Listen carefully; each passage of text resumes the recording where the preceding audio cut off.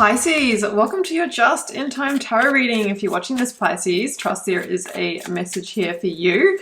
If you are a regular, welcome back, Pisces. If you are a newbie, welcome. My name is BRONYA. I'm an intuitive tarot reader and looking forward to bringing you through this message. Now, if you do enjoy it, Pisces, please do like, share, comment, but most importantly, hit the subscribe button. That lets the robots know that you enjoy it. It'll keep sharing it and I can keep the readings coming. Okay, I frame up with a couple of oracle cards here and I've pulled two for you from the Moonology deck, Pisces, and I have a time to give rather than take and adjustments are required.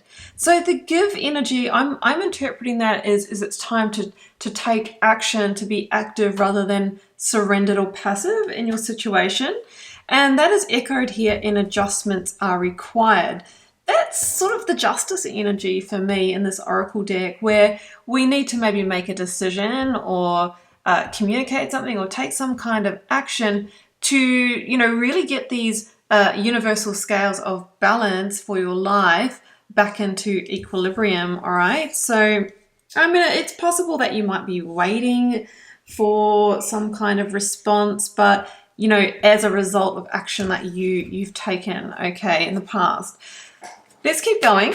I'm working with the Divine Initiation Oracle and the Ethereal Alchemist Tarot.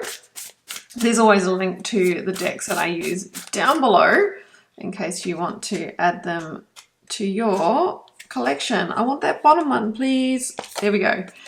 Plant medicine. Hey, how interesting. Now, not necessarily condoning plant medicine journeys here, but if we think about what that stands for, generally this is deep healing. This is a shift in consciousness. I sort of see a portal here to some other possibility, right? So adjustments are required. Maybe there is another possibility. There's a remedy. Maybe you're needing to see things from a different perspective, from a higher consciousness. All right, maybe you're at the gateway, the threshold. It sort of feels a bit High Priestess-esque, that card, and it's number 41 adds to 5, which is the pivot point, the critical turning point within your situation, Pisces. Yeah, because you're sitting in the Nine of Swords right now. Not a fun energy to be in, but sometimes it's necessary to get to this point so that we do make adjustments, right? So the Nine of Swords can be stress, worry, anxiety, sleepless nights. It can be the worst case scenario thinking. So something's got to change, Pisces. That's what I'm getting here. Let me just go like that. It's a little bit suggestive, that one. Or would it help if we go like that? I think so. That's the Death card. So death and rebirth. And we see the Kundalini serpent, the snake, as a metaphor for transformation, for growth, for shedding an old skin, letting go of an old identity. The death energy is associated either with ending a cycle or situation, if it's not growing, if it's holding you back into a version of yourself that you want to move past, or if you're staying in the situation, there's always free will and there's always the ability to transform. You need to transform too. And maybe somebody else that's involved in it, okay? So we've got a rebirth energy, stripped bare. What do you need to strip away? What truth do you need to see here, Pisces? I've got the King of Pentacles, and you might be dealing with an earth sign, potentially a Taurus. Can also be Virgo or Capricorn, Sun, Moon, Rising, Venus. But the King of Pentacles are these themes of work, career, finance, investment, real estate, or authority, okay? So maybe in one of those areas, you know, there is an adjustment required to meet a goal or go to the next level, but it can't happen from the energy that you're in right now. This is a time to give to yourself, a time to give yourself the gift of the remedy, the gift of growth, so that you can ascend to your next level. All right, and the King of Pentacles can be a significant commitment or contract, and maybe, you know, you're needing, or that you might be desiring, or you might have kind of come to a stalemate within one of those situations. Yeah, Seven of Wands. We've got a challenge point, and it might just feel that it's a lot stacked against you, or you're at a point where you're really having to push and apply energy to this. Now, that is not a bad thing, but we can often get to that point where we need to change our formula. We need to change our approach so that we can get the flow back, and that often requires a personal level up. So yeah, personal transformation is required. You've been told you've got the higher ground and you can win this. I'm so thrilled to see Temperance here. You know why? This is the card that comes after the death energy. It is the rebalancer. It is the adjustment. It is the karmic scales coming into balance and healing this.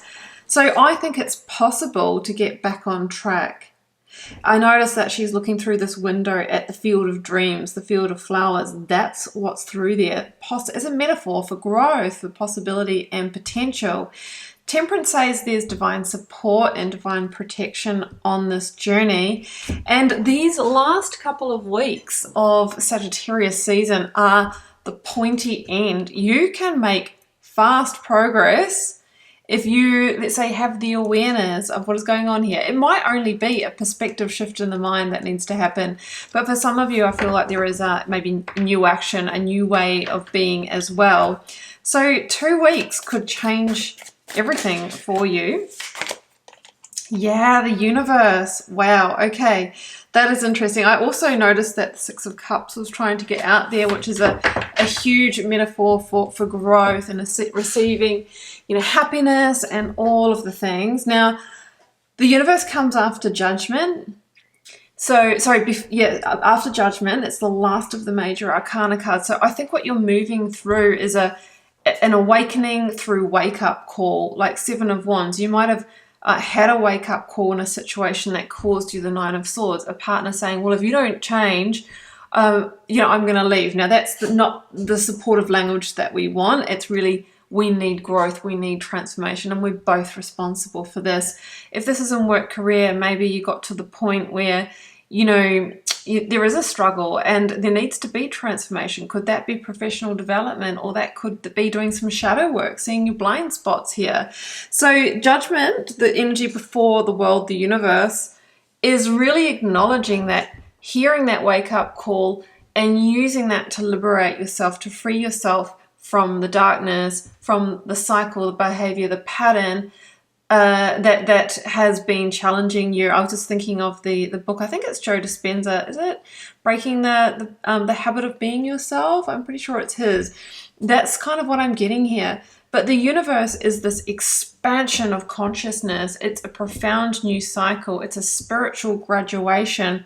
You are breaking a really long pattern here, and you will ascend to a whole new level and attract new opportunities because of that. You're right on the pointy end. The next 2 weeks, I feel like there could be a profound shift here that opens the gateway for this new way of being in your life. So, intriguing reading, Pisces. I am going to leave it there.